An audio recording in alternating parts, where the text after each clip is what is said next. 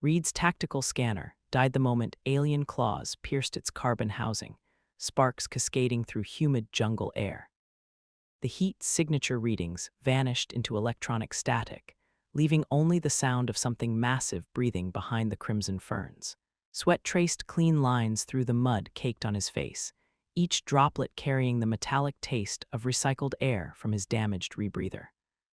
The jungle floor squelched beneath his boots, wet earth mixed with something that smelled like copper and decay. His finger found the pulse rifle's trigger guard. Waited. The breathing stopped. Silence pressed against his eardrums like deep water, broken only by the distant chittering of insects that sounded too mechanical to be natural. Reid's enhanced hearing caught the subtle displacement of air, something large moving with impossible quiet through the undergrowth. His heart hammered against his ribs, pumping adrenaline through muscles already coiled for combat.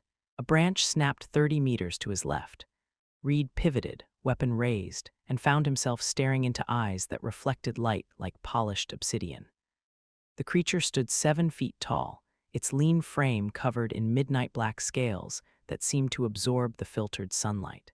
Muscle rippled beneath its hide as it tested the air with a forked tongue, tasting his fear.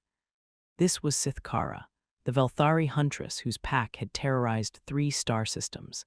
She tilted her head, studying him with predatory focus. Her claws, each one longer than his combat knife, flexed against the rifle she carried.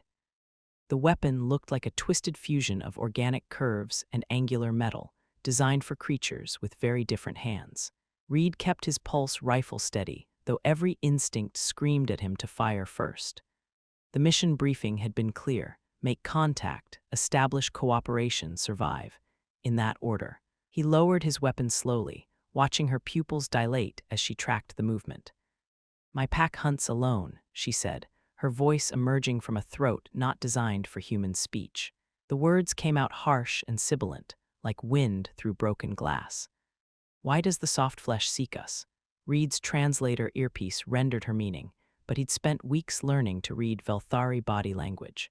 The way she held her shoulders, the angle of her head, she was genuinely curious, not immediately hostile.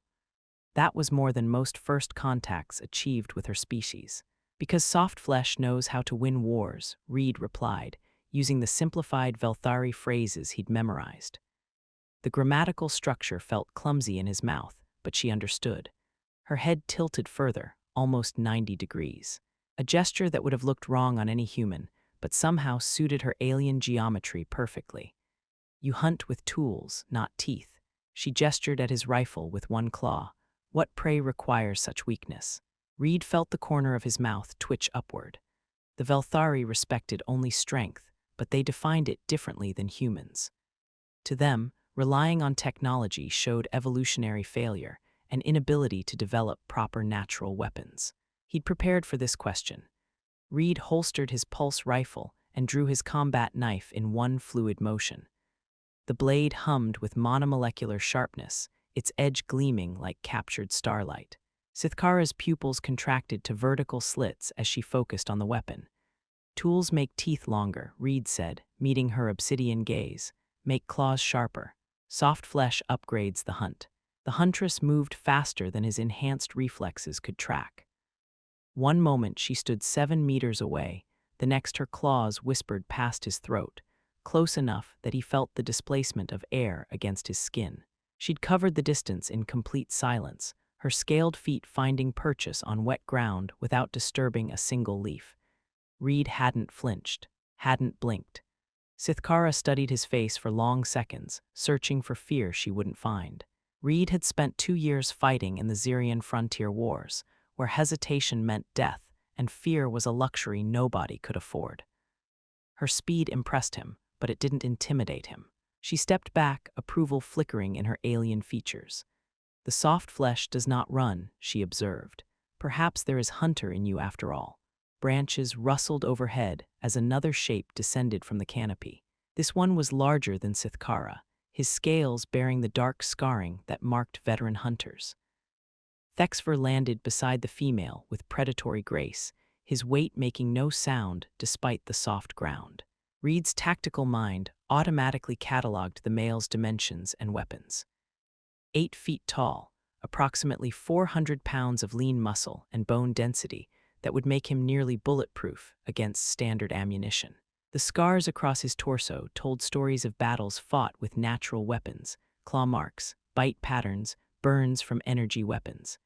The male's voice rumbled like distant thunder. "Why does the pack sister speak with prey?"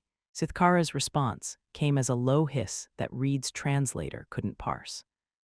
The two aliens exchanged rapid syllables in their native language, their conversation punctuated by gestures and postures that spoke of complex social dynamics. Reid caught fragments, references to territory, hunting grounds, and something his translator rendered as the walking death. He waited. Patience was a skill the frontier wars had taught him, along with the ability to read tension in body language across species barriers. Both aliens kept glancing at him during their discussion, their predatory focus never completely abandoning its target. Syth'kara turned to face him directly. The big male's eyes held intelligence alongside the hunting instinct, a combination that made him infinitely more dangerous than a simple predator. "My clutch sister believes you seek alliance against the parasites," Syth'kara said, his English heavily accented but understandable. "She thinks the soft flesh pack has learned to hunt the unhuntable." Reid nodded slowly. The parasites, an extra-dimensional species that consumed entire civilizations, had been spreading through this sector for 3 months. Every military force that engaged them had been systematically destroyed. The creatures seemed to anticipate conventional tactics, adapting faster than command structures could respond. But they hadn't encountered Vel'thari hunting tactics yet. "Your kind has held them back," Reid said, choosing his words carefully. "Other species retreat, your pack advances." Syth'kara made a sound that might have been laughter. "We hunt what others fear to face. It is our nature." Reid had studied their battle reports.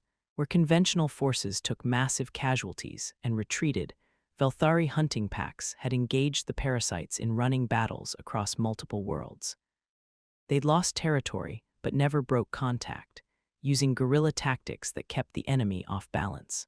The problem was coordination.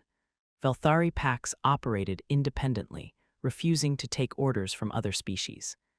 Their success remained localized, while the parasites continued advancing elsewhere. "Human tactics plus Vel'thari hunters," Reid said, his voice carrying the confidence of someone who'd seen impossible battles won through adaptation. "We teach you our coordination. You teach us your speed." Syth'kara's scarred hide rippled with tension. "Soft flesh command structure is rigid, slow. We hunt in the moment, following scent and instinct." Reid had anticipated this objection. Human military doctrine emphasized control and communication, concepts that made no sense to creatures who'd evolved as apex predators. But flexibility was also a human strength, the ability to adapt tactics to local conditions. He activated his wrist display, projecting a 3-dimensional tactical map into the humid air. The holographic image showed the local parasite positions in real time, their movements tracked by orbital surveillance. "Watch," Reid said, highlighting a cluster of enemy signatures moving through the canyon system 5 kilometers east.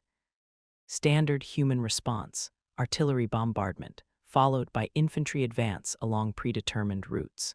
The tactical projections shifted, showing the predictable outcome.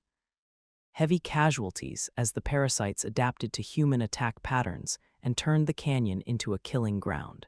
Reid gestured to clear the display, then projected a new scenario. Vel'thari response, individual hunters using terrain advantage, hit-and-run attacks to fragment enemy formations. Fast, deadly, but limited scope. This projection showed better casualty ratios, but minimal territorial gains. The parasites could absorb the losses while continuing their overall advance. Combined approach, Reid concluded, his fingers dancing across the holographic interface. Human coordination identifies targets and timing. Vel'thari hunters execute kills using natural advantages. Each pack operates independently, but within synchronized objectives. The final projection showed something neither species had achieved alone. A coordinated campaign that used Vel'thari speed and lethality while maintaining strategic focus. The enemy formations fractured under pressure, they couldn't adapt to quickly enough. Syth'kara stepped closer to the hologram, her scaled fingers passing through the light-constructed terrain. Her predatory intelligence engaged with the tactical possibilities, recognizing opportunities for the kind of hunting her species lived for. "This canyon system," she said, pointing to a narrow ravine on the eastern approach. "My pack knows the scent trails and hiding places.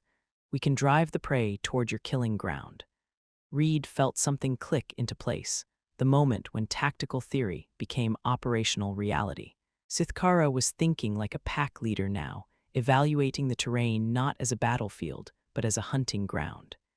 Thexver rumbled approval. "The Huntress has hunger for this challenge. I also would taste the blood of creatures that think themselves apex predators." Reid deactivated the hologram and extended his hand towards Syth'kara. The gesture had no meaning in Vel'thari culture, but she seemed to understand the symbolic intent. Her clawed hand engulfed his, the scales feeling like warm leather against his skin. "Pack bond," she said, the words carrying weight he hadn't expected. "You hunt with us now, soft flesh. Success brings honor, failure brings death." The alien's grip could have crushed every bone in his hand, but she held him with careful strength. Reid met her obsidian gaze and nodded. "Then let's go hunting." The next 6 hours transformed Reid's understanding of warfare itself. Moving through the jungle with Vel'thari hunters was like being part of a living weapons system that operated on instinct refined across millions of years of evolution. Syth'kara and Thexver communicated through scent marks and subsonic calls that his equipment could barely detect, their coordination seamless despite the apparent lack of structured commands. Reid found himself adapting to their rhythm, his human tactical training blending with predatory movement patterns. Where he would have used communication systems and GPS coordinates, the aliens navigated by reading air currents and tracking scent signatures.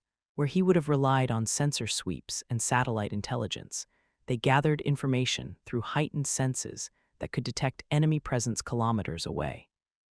The first contact came at the canyon's western rim. Reid's thermal imaging detected 12 parasite signatures moving through the narrow pass below, their twisted forms barely recognizable as once living creatures. The enemy had biomechanical augmentations that made them faster and more resilient than their original species, but they still moved in predictable patterns. Syth'kara crouched beside him on the rocky outcrop, her tongue testing the air. 3 scent types, she reported, 2 biological, 1 mechanical. The mechanical ones carry energy weapons. Reid consulted his tactical scanner, comparing the alien's assessment with electronic data. She was right about the weapon signatures, but her nose had detected something his instruments missed, evidence of recent feeding that suggested the parasites were operating at full strength. "Can your pack separate them?" Reid asked, watching the enemy formation navigate the rocky terrain below. The Huntress's response was a low purr that somehow conveyed absolute confidence. Thexver moved like liquid shadow, disappearing into the canyon walls with impossible stealth. Syth'kara's own movements were equally fluid as she positioned herself on the opposite side of the pass. Reid triggered his comm system and contacted the human strike team positioned 2 kilometers south. "Echo team, this is Hunter Lead. Prey is moving toward your position. Drivers are in motion. Copy that, Hunter Lead. Ready to receive guests." What followed defied every tactical manual Reid had ever studied. The Vel'thari hunters didn't attack the parasites directly, they simply made their presence known. A stone falling at precisely the right moment. A scent trail that suggested larger predators nearby. The subtle sound of movement in the underbrush. The parasites reacted exactly as Syth'kara had predicted. Their formation tightened, weapons oriented toward the perceived threats. Instead of continuing through the canyon at steady pace, they accelerated toward what they believed was safety, directly into the human ambush site. The coordinated strike eliminated the entire enemy unit in under 30 seconds. Reid's team used precision weapons and overlapping fields of fire, while the Vel'thari hunters ensured no parasites could retreat or call for reinforcement. 0 human casualties.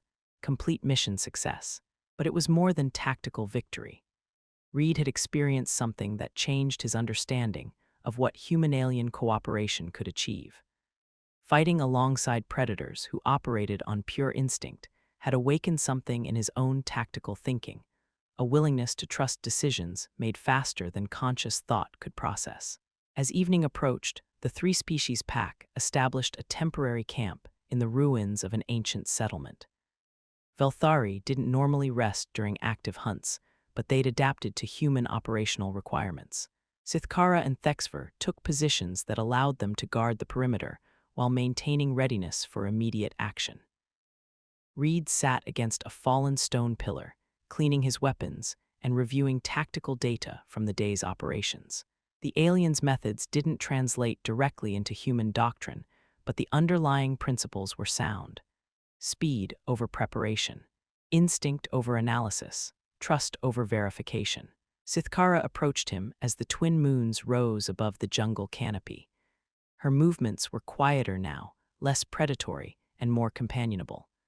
The pack bond seemed to have shifted her behavioral patterns in subtle ways. The soft flesh learns quickly, she observed, settling into a crouch that kept her ready for instant movement. Most species require many hunts to understand pack dynamics.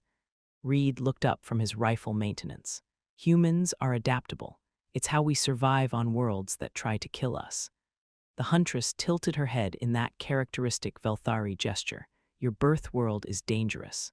Reid considered how to explain Earth's biodiversity and environmental challenges to a species that had evolved on a planet with one primary ecosystem.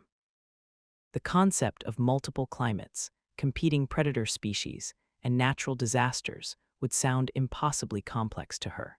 Very dangerous, he said simply. Made us good at learning new ways to hunt. Syth'kara's pupils dilated with interest. Perhaps that is why the pack bond forms so easily. We recognize hunters, regardless of their birth shape. Thexver's rumbling voice joined the conversation from his position near the camp's edge. The prey species flee when they sense our approach, but soft flesh stands ground and offers alliance. This speaks of predator heart. Reid felt something shift in his chest, recognition of acceptance he hadn't realized he'd been seeking. The Vel'thari operated on principles older than civilization itself, evaluating worthiness through criteria that had nothing to do with technology or politics. They'd accepted him based on his willingness to hunt alongside them, nothing more complex than that.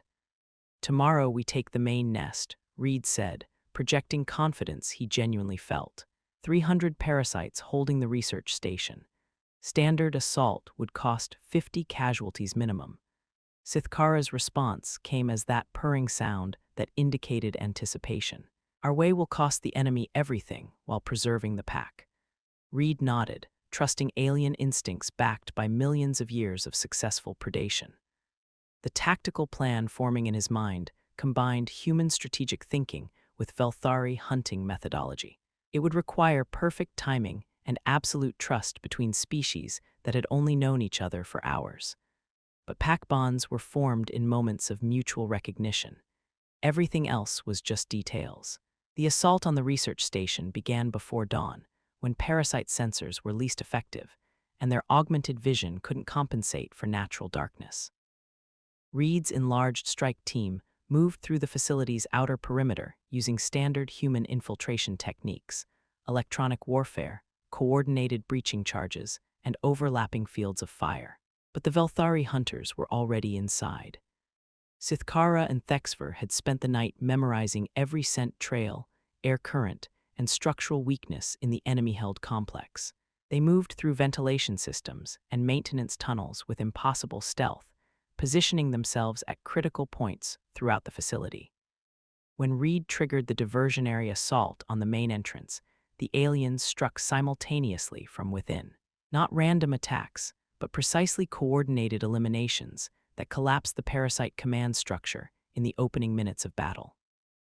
Reid led his team through corridors where enemy resistance had already been neutralized by creatures that killed faster than conscious thought could follow. Bodies lay where they'd fallen, taken down by claws and teeth that had bypassed armor and augmented defenses.